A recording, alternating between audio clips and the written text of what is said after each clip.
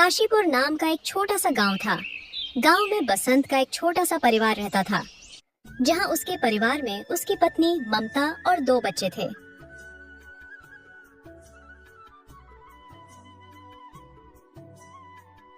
उसके पास एक गाय थी।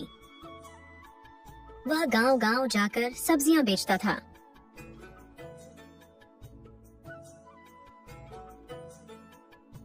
हर किसी को बसंत से सब्जी लेना पसंद था, क्योंकि बसंत की सब्जियां बहुत ताजी होती थीं।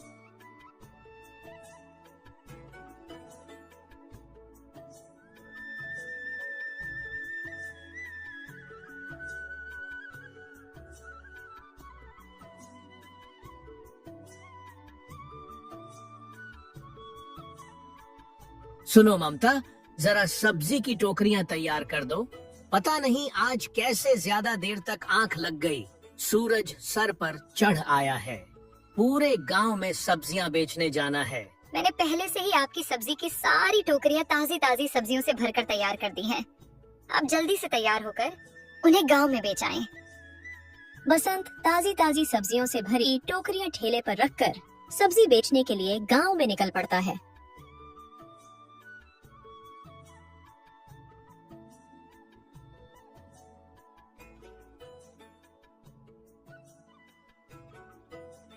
बसंत बेटा, मुझे जरा 1 किलो आलू देना।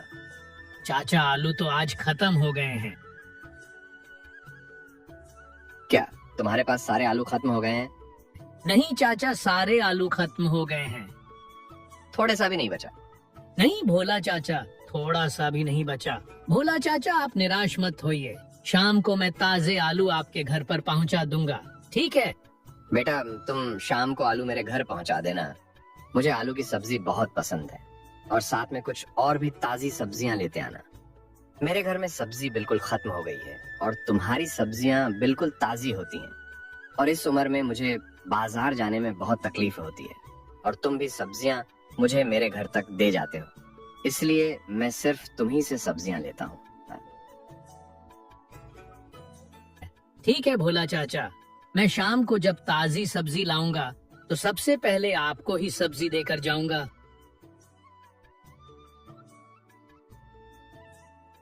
सारी सब्जियां बिक जाने के बाद बसंत घर की ओर निकल पड़ता है। तभी रास्ते में जोरों की बरसात होने लगती है।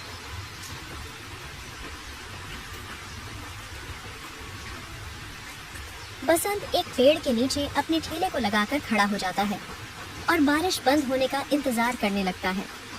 थोड़ी देर बाद बारिश बंद हो जाती है और बसंत अपने घर की ओर जा ही रहा था। तभी कुछ बदमाश वहां पर जाते हैं।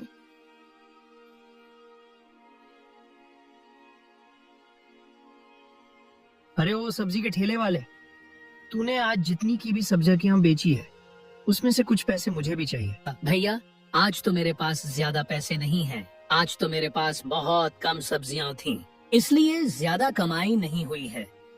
चल ठीक है, आज तो मैं तुझे छोड़ देता हूँ, लेकिन कल तू अपने हिसाब से कुछ कमाई मुझे भी देगा। मुझे पैसा देने के बाद ही गांव में तू सब्जी बेच सकता है। बसंत भी अपने सब्जी का ठेला लेकर अपने घर की ओर निकल पड़ता है।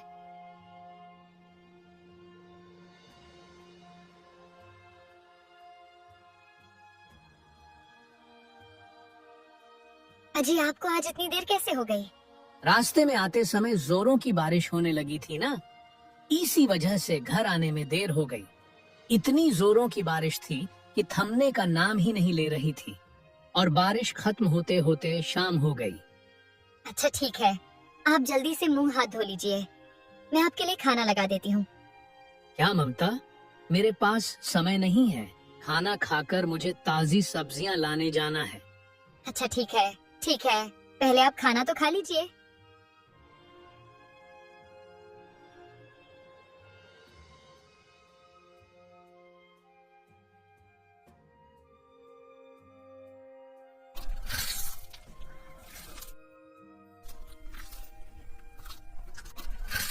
अरे ममता, गाय ने दूध दे दिया क्या?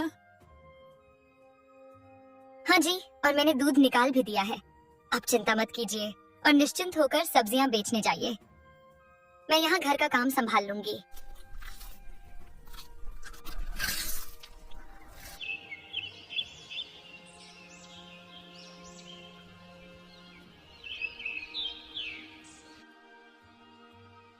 अच्छा ममता, मेरे सब्जी बेचने का समय हो रहा है। मैं गांव में सब्जी बेचने जा रहा हूँ। आज भोला चाचा को सब्जी मैं नहीं दे पाया था, तो सबसे पहले भोला चाचा को मैं सब्जी देने जाऊंगा। अगर आप भोला चाचा के घर जा ही रहे हैं तो उनके बगीचा में से थोड़े अमरूद ले आना। उनके बागीचा के अमरूद बहुत ही मीठे होते हैं। आज मेरा बड़ा मन कर रहा है उनके बगीचे की मीठे अमरूद खाने का। अच्छा ठीक है, मैं आते समय ले आऊंगा।